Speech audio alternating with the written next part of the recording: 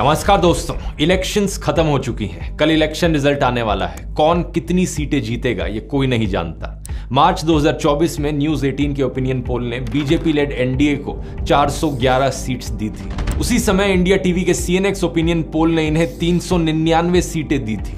अभी भी कुछ एग्जिट पोल्स ऐसे हैं जो कहते हैं कि 400 पार होगा। प्रधानमंत्री मोदी ने अपनी इलेक्शन कैंपेन की शुरुआत भी इसी 400 पार के नारे से करी थी। लेकिन क्या है इस 400 पार का मतलब? ज्योति मिर्धा, अनंत कुमार हेगड़े, अरुण गोयल और लल्लू सिंह जैसे कई बीजेपी नेताओं के ऐसे बयान सुनने को मिले जिससे यह अंदेशा होने लगा कि बीजेपी पूरे संविधान को ही बदलना चाहती है। ये हमारे कॉन्स्टिट्यूशन को बदलना चाहते हैं। संविधान के अंदर हमें कोई बदलाव करना होता है तो आप में से कई लोग जानते हैं कि उसके लिए दोनों जो हमारे सदन है, लोकसभा और राज्यसभा, दोनों की उसके अंदर अमल चाहिए। बाद में बीजेपी ने इन बयानों से अपना मुंह मोड़ लिया। कई सारे नेताओं ने खुद ही क्लैरिफिकेशन दी, लेकिन ये सब चुनाव प्रचार शुरू होने के बाद हुआ। हमारा प्यारा देश, दुनिया की सबसे बड़ी डेमोक्रेसी एक डिक्टेटरशिप ना बन जाए, इसकी चिंता मुझे काफी टाइम से सता रही थी। लेकिन मैंने सोचा कि एक इंसान के बोलने से क्या ही फर्क पड़ेगा। हाँ, मेरे 10-12 मिलियन सब्सक्राइबर हैं यूट्यूब पर, 4-5 मिलियन व्यूज आ जाते हैं, लेकिन आखिर में मैं हूं तो एक यूट्यूबर ही ना।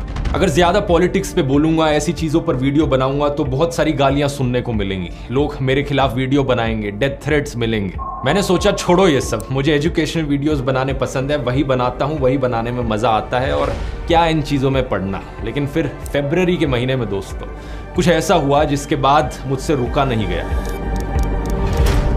Chandigarh election fraud. देश के इतिहास में पहली बार एक प्रिजाइडिंग ऑफिसर वोटर फ्रॉड करते हुए पकड़ा गया। सीसीटीवी फुटेज पर यह सब कैप्चर हुआ।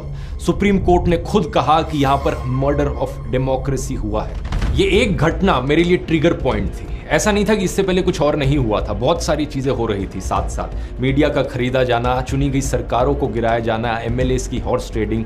लेकिन इसे एक घटना के बाद मुझे सही में लगा कि अब बस बहुत हो गया, अब तो बोलना पड़ेगा। इसलिए मैंने वो पहला डिक्टेटरशिप वाला वीडियो बनाया, इस इंडिया बिकमिंग अ डिक्टेटरशिप। मैंने ये नहीं सोचा कि इस एक वीडियो से कुछ फर्क पड़ेगा या नहीं पड़ेगा। मुझे बस ये लगा कि मेरे दिल में जो बात है वो सच्चे दिल से लोगों तक पहुंचानी है। जब ये वीडियो रिलीज हुआ तो मैं हैरान था देखकर कि 25 मिलियन व्यूज, उस समय शायद 20 मिलियन थे। ये बात साफ थी कि आप लोगों के अंदर भी वही फीलिंग थी जो मेरे अंदर थी। आप लोगों के दिल में भी वही चिंता आप लोगों को सता रही थी जो मेरे दिल में मुझे सता रही थी। यही कारण है कि इतने सारे लोगों ने इस वीडियो से रेजोनेट किया और इसे शेयर किया। लेकिन पता है क्या, इस वीडियो के बाद भी मेरा कोई इरादा नहीं था और ऐसे वीडियोस बनाने का।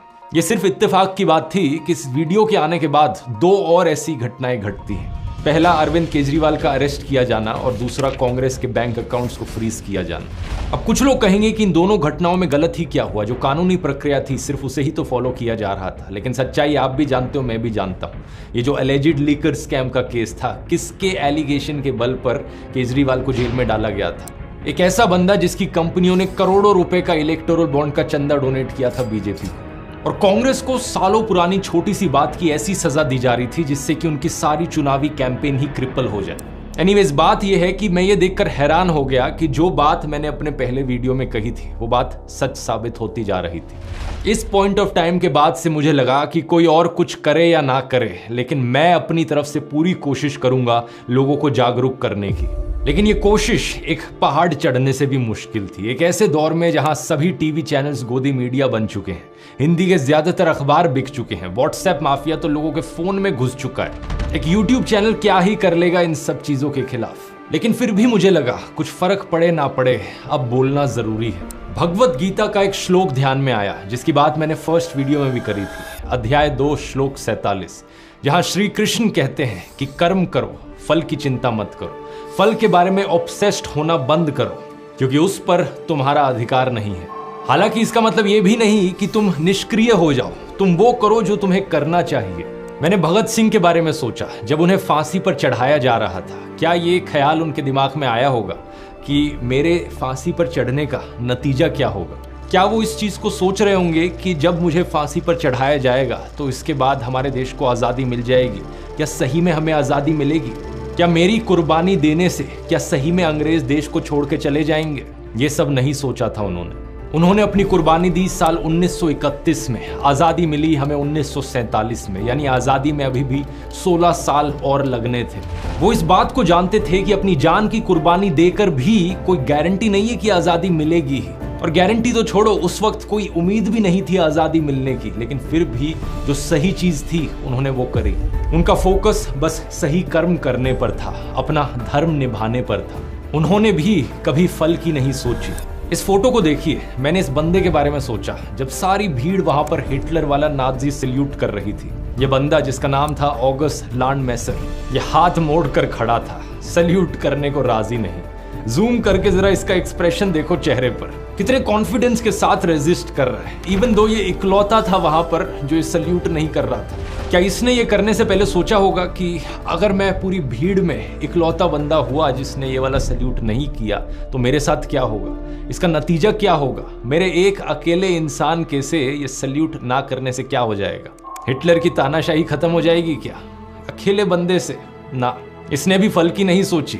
इसने बस सोचा कि जो सही है मुझे वो करना है। इन्हीं चीजों से प्रेरणा लेते हुए मुझे लगा कि मुझे भी जो सही चीज है वो करनी चाहिए। देश के लोकतंत्र के लिए और देश के संविधान के लिए आवाज उठाना, ये सही चीज है। एक ऐसे देश के लिए आवाज उठाना जिसके लिए पता नहीं कितने लाखों लोगों ने अपनी कुर्बानी दी। भगत सिंह, सुभाष चंद्र बोस, महात्मा गांधी, सरदार पटेल, पंडित जवाहरलाल नेहरू। क्या सोचेंगे हमारे फ्रीडम फाइटर्स देश की आज ये हालत देखकर? इसलिए मुझे लगा कि बोलना जरूरी है। अगर कल को ऐसा हुआ कि बीजेपी 400 सीट जीत गई और जो मेरा डर था वो सही में हकीकत बन गया, सही मायनों में देश एक कंप्लीट डिक्टेटरशिप बन गया, तो मैंने सोचा कल को अगर कोई मेरा बच्चा होगा वो मुझसे क्या पूछेगा देश की ये हालत देख कि पापा आप कहाँ थे जब देश डिक्टेटरशिप की ओर गिरता जा रहा था, आपने कुछ किया क्यों नहीं? और मैं क्या कहूँगा कि मैं अपनी जॉब में बिजी था, मुझे इन सब चीज़ों की नहीं पड़ी थी। मैं बस अपने करियर पर फोकस कर रहा था, पैसे कमाने पर फोकस कर रहा था। लेकिन नहीं, अब मैं कह सकता हूं कि बेटा मैंने तो अपनी तरफ से पूरी जी जान लगा दी थी। मैं आखिरी दम तक लड़ा था। शायद मेरी कोशिश नाकाम रही, लेकिन मैं आखिर तक खड़ा रहा देश के लोकतंत्र की आवाज उठाने के लिए। और पता है क्या, मैं अकेला नहीं था। मेरे साथ इसी कोशिश में देश के करोड़ों लोग और खड़े थे। पिछले 1-2 महीने में रिलीज किए गए ये वीडियोस इतिहास के पन्नों में हमेशा एक सबूत बनकर रहेंगे। 21 million YouTube subscribers, almost 70 million unique viewers पिछले 90 दिन में सिर्फ यूट्यूब पर ही। इसके मायने समझ रहे हो? ऑलमोस्ट 7% एलिजिबल वोटर्स को हमने सिर्फ इस एक यूट्यूब चैनल के जरिए ही रीच आउट कर लिया। आप ऐसे कई लोग सोचोगे हमारे इस मिशन 100 करोड़ का क्या रिजल्ट रहा। अब एक्चुअली में नाप तोल कर ये बताना बहुत मुश्किल है कि कितने लोगों तक हम रीच आउट करें। ये जो स्टैटिस्टिक है ये सिर्फ YouTube की है। इसके अलावा ट्विटर, इंस्टाग्राम, फेसबुक, व्हाट्सएप, आप लोगों ने इतनी बार इन वीडियोस को शेयर किया। मेरा अंदाजा है कि कम से कम हम करीबन 20 से 25% वोटर्स तक तो जरूर पहुंचे होंगे। और इस सब का क्रेडिट जाता है आप लोगों को। और इससे पहले कि यहाँ कोई नया फर्जी क्लेम उठाए कि ये सारे तो बॉट्स हैं या पाकिस्तानी लोग हैं जो चैनल को सब्सक्राइब कर रहे हैं, देख रहे हैं, मैं आपको अपनी ऑडियंस की स्टैटिस्टिक्स भी दिखाना चाहूँगा। 80% से ज़्यादा व्यूअर्स इंडिया से हैं। ये बात सच है कि कुछ परसेंटेज व्यूअरशिप पाकिस्तान, नेपाल, बांग्लादेश जैसी नेबरिंग कंट्रीज से भी है, लेकिन 90% से ज़्यादा लोग जो इन वीडियोज़ को देख रहे थे वो इंडियंस थे, या तो इंडिया में रहने वाले या इंडिया के बाहर रहने वाले। और मैं इतना बेवकूफ़ नहीं हूं कि पैसे बर्बाद करूंगा बॉट्स खरीदने में या फिर पेड कमेंट्स खरीदने में। तो जितने भी कमेंट्स आपने वीडियोस पर देखे, जितने भी लाइक्स, जितने भी व्यूज़ आप वीडियोस पर देख रहे हो, ये सब के सब 100% असली लोग हैं। इस संघर्ष में जितनी कोशिश मैंने की है उससे कहीं ज़्यादा कोशिश आप लोगों ने करी है। एक कमेंट मैंने देखा जिसमें आप में से किसी ने लिखा था कि आपने 850 लोगों को मेरा एक वीडियो फॉरवर्ड किया व्हाट्सएप पर। एक आदमी की रिसेंटली वीडियो देखी जो क्रिकेट स्टेडियम में बैठकर हमारे वीडियोस देख रहा था। कई सारे ग्राउंड इंटरव्यूज में मैंने लोगों के मुंह से अपना नाम सुना। ये देखकर खुशी हुई कि बच्चे भी सरकार के झूठे दावों को एक्सपोज कर रहे थे।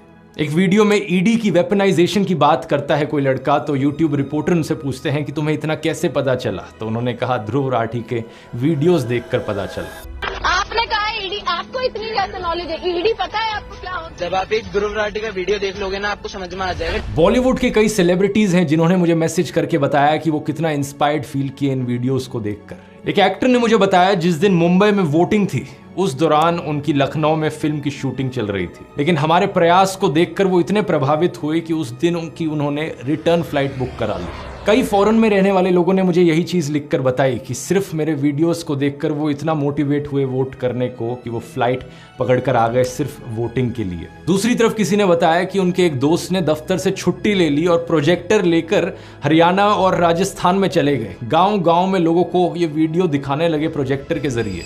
राजस्थान, वेस्ट बंगाल, महाराष्ट्र जैसी कई स्टेट्स में ऐसे नज़ारे देखने को मिले जहां पर इन वीडियोस को पब्लिक में प्ले किया गया। भारत और दुनिया भर के कई अखबारों में हमारे इस संघर्ष की चर्चा छपी। France 24, the Economist, Al Jazeera, Time magazine, the Telegraph, the Print, Economic Times. दुनिया में अगर डंका किसी का बज रहा था तो वो हमारा बज रहा था दोस्तों। ये सब देखकर इनका गोदी मीडिया, इनके गोदी यूट्यूबर्स और IT सेल, पूरा गोदी सिस्टम बुरी तरीके से बौखला गया।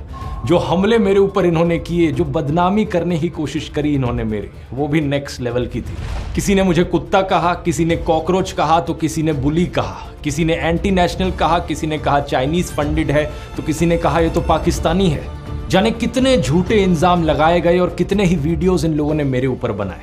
जब मैंने वीडियोस बनाने अपने शुरू किए थे, मैंने एक्सपेक्ट तो किया था कि बैकलैश आएगा, लेकिन इतने ऑर्गेनाइज्ड तरीके से ये लोग मेरे ऊपर अटैक करेंगे ये एक्सपेक्ट नहीं किया था। तेलंगाना का एक वीडियो सामने आया जहां बीजेपी के कुछ मेंबर्स प्लानिंग कर रहे थे कि मुझे कैसे रोका जाए। तो उनमें से एक कहते हैं कि ये ध्रुव राठी हमेशा फैक्चुअली करेक्ट होता है, कॉन्स्टिट्यूशनली हमेशा करेक्ट होता है, इसके वीडियोस किसी भी यूट्यूब रूल्स को नहीं तोड़ते, तो कैसे काउंटर करा जाए इसे।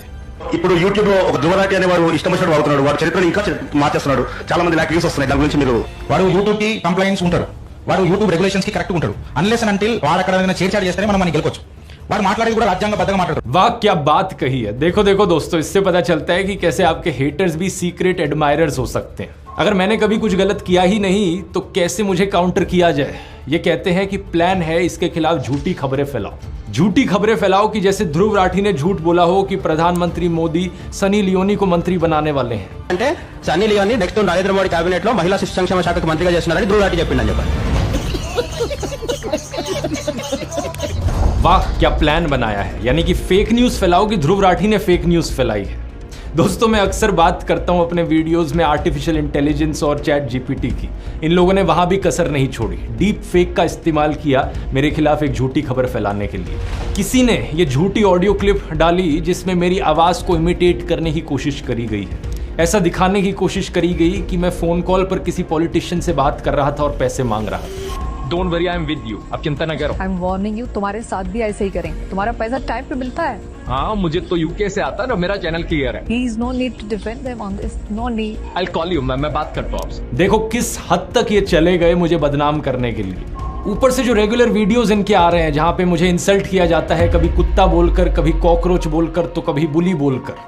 कोई झूठी खबर फैलाता है कि मैंने किसी को मरवा पिटवा दिया, तो कोई झूठी खबर फैलाता है कि मेरा एक सीक्रेट व्हाट्सएप ग्रुप है जहां पे मैं लोगों को ट्रोल करता हूं, जहां पे बॉट्स भेजे जाते हैं, हमारा एक ऑर्गेनाइज्ड ग्रुप है। कुछ भी ऐसा नहीं है दोस्तों, कोई सीक्रेट टेलीग्राम ग्रुप नहीं है, कोई सीक्रेट फेसबुक व्हाट्सएप ग्रुप नहीं है। जो है वो पब्लिकली आपको दिखता है। व्हाट्सएप पर एक पब्लिक चैनल है जिस पर मैं पोस्ट करता हूं ओपनली। दैनिक जागरण जैसा अखबार तक मेरे खिलाफ झूठी खबर फैलाने लगा कि मेरी चाइना से फंडिंग आती है। बताओ जरा, मैं कभी बॉयकॉट चाइना करके वीडियोस बनाता अगर मेरी चाइना से फंडिंग आ रही होती तो। ये वही अखबार है जिसको मैंने पहले भी अपने एक वीडियो में एक्सपोज किया है। इतनी झूठी खबरें छापते हैं ये। एक बार ऐसे ही इन्होंने इंडियन आर्मी के बारे में भी फेक न्यूज फैलाई थी, खुद हमारी आर्मी ने उस फेक न्यूज को डिबंक किया था। ऐसे ही इस अखबार ने किसानों के बारे में फेक न्यूज फैलाई थी कि किसानों की रैली में पाकिस्तान जिंदाबाद के नारे लगे। इस खबर को छापते वक्त इन्होंने अपने पैरा में यह भी लिख रखा था कि हालांकि इस खबर की पुष्टि नहीं हो पाई है। इसका क्या तुक बना, मतलब फिर खबर छापते ही क्यों हो जब इसकी पुष्टि नहीं हो पाई है। तो ऐसे तो मैं भी कह दूं कि दैनिक जागरण का जो मालिक है वो एक आतंकवादी है, हालांकि इस खबर की पुष्टि नहीं हो पाई है। नहीं, मेरे बारे में भी तुम लोगों ने यही लिखा है ना, चीन से फंडिंग की आशंका। मैं भी कह देता हूं, जागरण अखबार की पाकिस्तानी आतंकवादी से फंडिंग की आशंका, हालांकि इस खबर की पुष्टि नहीं हो पाई है। ऐसी हरकत इनके गोदी यूट्यूबर्स भी करते हैं। कुछ भी बेबुनियाद आरोप ये मेरे ऊपर लगा देंगे, कहीं से कहीं कोई कनेक्शन जोड़ देंगे और फिर सारी जिम्मेदारी मेरे सर पर आ जाती है। भाई इन्होंने तो ये आरोप लगाया है, अब मेरा डिफेंस क्या है। मतलब मैं यही काम रह गया मेरे पास, दिन भर बैठ के इनकी फेक न्यूज को ही बस्ट करते रहो। इधर ये झूठी खबर, उधर वो झूठा आरोप, मतलब हर हफ्ते मैं इनके झूठे आरोपों का ही जवाब देता रहूं। मशहूर लेखक सहादत हसन मंटो की एक लाइन याद आती है, कोठे की एक तवायफ और एक बिका हुआ पत्रकार एक ही श्रेणी में आते हैं, लेकिन इनमें से तवायफ की इज्जत ज्यादा होती है। ये बात बिल्कुल सही है, क्योंकि एक तवायफ तो सिर्फ अपने शरीर को बेचती है, ये बिके हुए लोग अपने जमीर को बेचते हैं, अपनी आत्मा को बेचते हैं, अपने देश को बेचते हैं। ये लोगों के मुद्दों की हत्या करते हैं और देश के साथ दगा करते हैं। ऐसा नहीं है कि ये सब देखकर मुझे कुछ हर्ट फील होता हो, क्योंकि अब इन सब चीजों की आदत हो गई है, लेकिन दुख जरूर होता है। दुख होता है कि ये कैसा कल्चर बना दिया है इन्होंने देश में। कहां तो हमारे उपनिषदों में लिखा है कि विचारों को हर दिशा से आने दो, और आज 2024 में ये ऐसे बिहेव करते हैं कि अगर आपका पॉलिटिकल ओपिनियन इनसे अलग हो जाए तो आप इनके लिए जानी दुश्मन की तरह बन जाते हो। एक डेस्परेशन है इनकी तरफ से कि अगर किसी का विचार इनसे नहीं मिलता हो तो उसे किसी ना किसी तरीके से देशद्रोही दिखा दो, फॉरेन फंडेड दिखा दो। कई बारी तो मुझे बड़ा अनरियल सा लगता है ये सब देखकर। देश में ध्रुवीकरण नहीं होना चाहिए,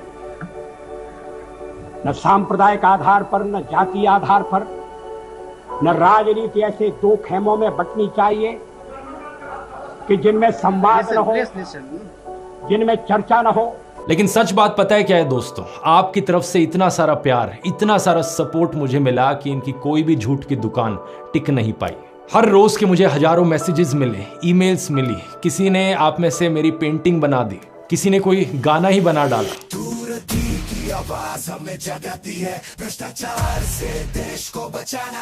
लाखों लोगों का लव और रिस्पेक्ट मिला। लोगों ने एडिट्स बनाए, किसी ने मुझे डेमोक्रेसी का फोर्थ पिलर कहा, किसी ने रेवोल्यूशनरी कहा।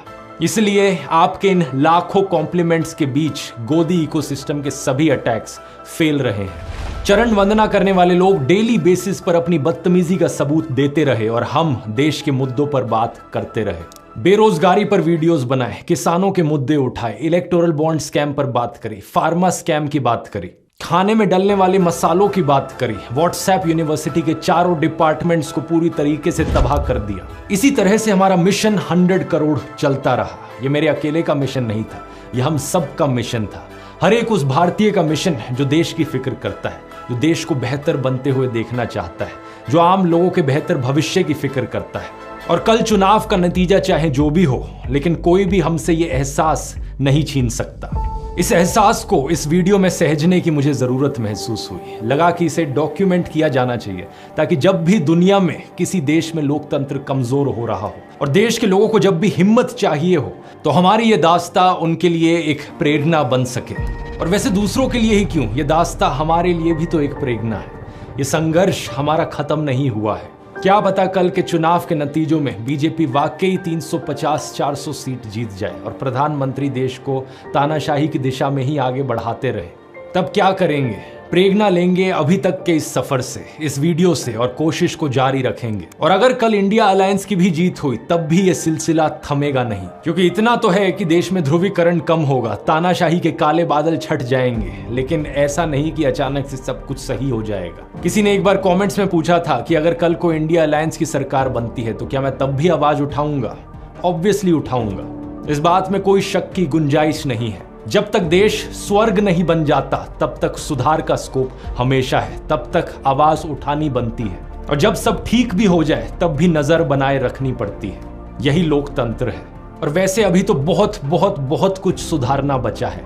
कहाँ हम सपने देखते हैं देश को एक डेवलप्ड कंट्री बनाने की, लेकिन पिछले 10 सालों में हालत ये हो गई कि कुछ लोग पाकिस्तान से कंपैरिजन करने लगे। राजनीति में ईमानदार और शरीफ नेताओं की कमी है, एग्रीकल्चर में प्रॉब्लम्स हैं, बेरोजगारी का इशू है, पोल्यूशन एक मेजर समस्या है। सभी प्रॉब्लम्स को हाईलाइट करते रहना होगा, जो भी सरकार हो उनसे जवाब मांगते रहना होगा।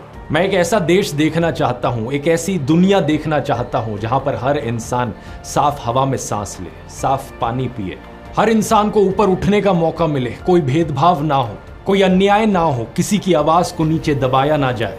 एक ऐसी दुनिया जो हर इंसान, हर पशु पक्षी के लिए जीने लायक हो। क्या धरती पर एक स्वर्ग बनाना मुमकिन है? मुझे नहीं पता, मैं बस सही कर्म करने पर ध्यान दूंगा, फल पर ऑब्सेस्ड नहीं होऊंगा। ये दौर देश की लड़कियों और औरतों के लिए भी बहुत प्रेरणादायक रहा है। जानते हैं क्यों? क्योंकि देश को बचाने के इस संघर्ष में कितनी सारी वुमेन जर्नलिस्ट ने जमकर भाग लिया। पूनम अग्रवाल, मनीषा पांडे, निधि सुरेश, आरफा खानम शेरवानी, फेड सुजा, मीना कोटवाल, सर्फप्रिय सांगवान, प्रज्ञा मिश्रा, फातिमा खान, मीरा देवी, कुमकुम बिनवाल और भी जाने कितनी सारी जर्नलिस्ट, केवल मेट्रो सिटीज में ही नहीं बल्कि ऑन ग्राउंड लोकल रिपोर्टर्स भी। पत्रकारों के अलावा वुमेन इन्फ्लुएंसर्स ने भी एक अहम रोल निभाया। डॉक्टर मेडूसा, रैंटिंग गोला, कबीरान, गरिमा, नेहा सिंह राठौड़, किसी ने जोशीले अंदाज में अपनी बात रखी तो किसी ने सैटायर में तो किसी ने गाकर। जो on ground public reaction videos होते हैं उनमें कितनी ही औरतें बड़े कॉन्फिडेंस से बोलती हुई दिखाई दी। पापा हमें नौकरी क्यों नहीं देते? अपने मंगलसूत्र की रक्षा कर सकते हैं, मोदी जी के इंटरफेरेंस की कोई जरूरत नहीं है। जानते हैं इसका इम्प्लीकेशन क्या है? जब कोई महिला इस तरह से देश की जिम्मेदारी अपने सर पर उठा लेती है, उसके पर्सनल राइट्स ऑटोमेटिकली उसे मिल जाते हैं। वो किसी से फ्रीडम मांगती नहीं है बल्कि संविधान द्वारा दी गई फ्रीडम को खुद से रिक्लेम कर लेती है। जय भीम फिल्म का ये जो आखिरी सीन है, इसी तरीके से देश की हर एक लड़की और औरत को अखबार उठा लेना चाहिए।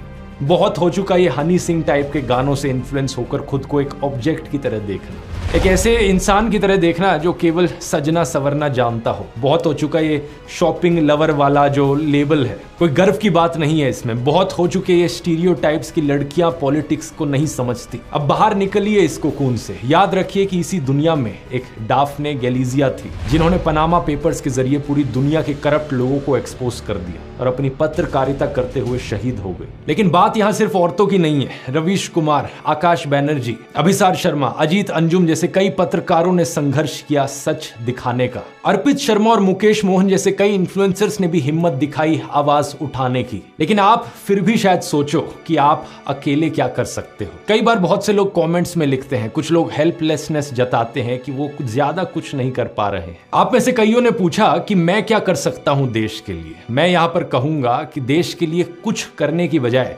सभी कुछ देश के लिए क्यों नहीं किया जाए। पहली बात, अपनी कॉम्युनल, कास्टिस्ट, मिसोजिनिस्ट, क्लासिस्ट सोच का इलाज करें अगर आपकी वैसी सोच है तो। फिर कई वीडियोस में मैंने बताया है कि हमें वोकल फॉर लोकल को एक जुमले की जगह हकीकत बनाना होगा। कोशिश करें खाने का सामान जितना सीधा किसान से खरीदा जा सके उतना ही बेहतर है। इसी तरीके से आप कपड़ों को या घर के डेकोरेशन आइटम्स को जितना लोकली खरीदे उतना बेहतर है। इससे जो अमीर गरीब के बीच वेल्थ इनइक्वालिटी है वो कम होगी। अपने घर से जब निकले तो हमेशा एक वाटर बॉटल अपने साथ लेकर चले ताकि प्लास्टिक यूजेज को कम कर सके। गंदगी ना फैलाएं। अपने आसपास पौधे और पेड़ लगाएं, उनका रख रखाव करें। हर एक चुनाव में वोट करें। इस बार की चुनाव प्रक्रिया में बहुत सारी समस्याएं देखी गई। बहुत सी जगहों पर पोलिंग ऑफिसर्स रात को 2-3 बजे तक अपने घर पहुंच पाए। क्या ये सब एफिशिएंट तरीके से नहीं हो सकता था? जरूर हो सकता था। इस इनएफिशिएंसी के अलावा ऐसे कई इंस्टेंसेस देखे गए जहां पर इलेक्शंस फ्री और फेयर ना होने के सवाल उठाए गए। मणिपुर में, उत्तर प्रदेश के संबल में, सूरत और इंदौर जैसी कई जगहों पर प्रॉब्लम्स रिपोर्ट करी गई। एक के बाद एक भाषण में इवन प्रधानमंत्री ने बार बार धर्म के नाम पर हेट स्पीच फैलाई अपने भाषणों में। मॉडल कोड ऑफ कंडक्ट को वायलेट किया। इस चुनावी प्रक्रिया को फ्री और फेयर करने के लिए जो आवाज उठाने की जरूरत है, जिस आंदोलन की जरूरत है, वो हर किसी की जिम्मेदारी है। अगर हर polling officer, presiding officer, district collector अपनी जिम्मेदारी सही से निभाए तभी इस पूरी प्रक्रिया को बेहतर बनाया जा सकता है। लेकिन यह बात सिर्फ उन्हीं प्रोफेशंस में सीमित नहीं है, यह बात हर प्रोफेशन के लिए एप्लीकेबल है। जो भी आप काम करते हो उसे अच्छे से करो, ईमानदारी से करो। टीचर्स बच्चों को अच्छे से पढ़ाएं। हर एक आईएएस ऑफिसर रौब झाड़ने के बजाय खुद को जन सेवक की तरह देखें। ईमानदारी से जनता के लिए काम करें। पुलिस वाले क्राइम को रोकने के लिए कमिटेड हों। फिल्म मेकर एनिमल जैसी क्रिंज फिल्में बनाने की बजाय मीनिंगफुल फिल्में बनाएं। अगर आप एक रेस्टोरेंट या ढाबा चलाते हैं तो लोगों को हेल्दी और टेस्टी खाना खिलाएं ताकि लोगों की सेहत का नुकसान ना हो और उन्हें मजा भी आए और देश का हैप्पीनेस इंडेक्स भी बढ़े। सभी लोग अगर अपना प्रोफेशन देश में ईमानदारी से करने लगे तो देश अपने आप स्वर्ग बन जाएगा और ये काम हम में से हर किसी को करना होगा। आगे आने वाले वीडियोस के लिए मेरे पास बहुत सारे प्लान्स हैं, उनकी बात टाइम आने पर डिस्कस करेंगे। लेकिन अभी के लिए शंकर शैलेंद्र के द्वारा लिखी गई कुछ पंक्तियां मैं आपके साथ छोड़ना चाहूंगा। धन्यवाद और जय हिंद। हमारे कारवां को मंजिलों का इंतजार है, ये आंधियों ये बिजलियों की पीठ पर सवार है। हमारे कारवां को मंजिलों का इंतजार है, ये आंधियों ये बिजलियों की पीठ पर सवार है। तू आप कदम मिला के चल चलेंगे एक साथ हम। अगर कहीं है स्वर्ग तो उतार ला जमीन पर। तू जिंदा है तू जिंदगी की जीत में यकीन कर। अगर कहीं है स्वर्ग तो उतार ला जमीन पर। तू जिंदा है। भूली है आग पेट की, बुरे है दिल के दाग, ये न दब सकेंगे एक दिन बनेंगे इनकलाब। ये बुरी है आग पेट की, बुरे है दिल के दाग, ये न दब सकेंगे एक दिन बनेंगे इनकलाब। ये गिरेंगे जुल्म के महल, बनेंगे फिर नवीन घर। अगर कहीं है स्वर्ग तो उतार ला जमीन पर, तू जिंदा है तो जिंदगी की जीत में यकीन कर। अगर कहीं है स्वर्ग तो उतार ला जमीन पर, तू जिंदा है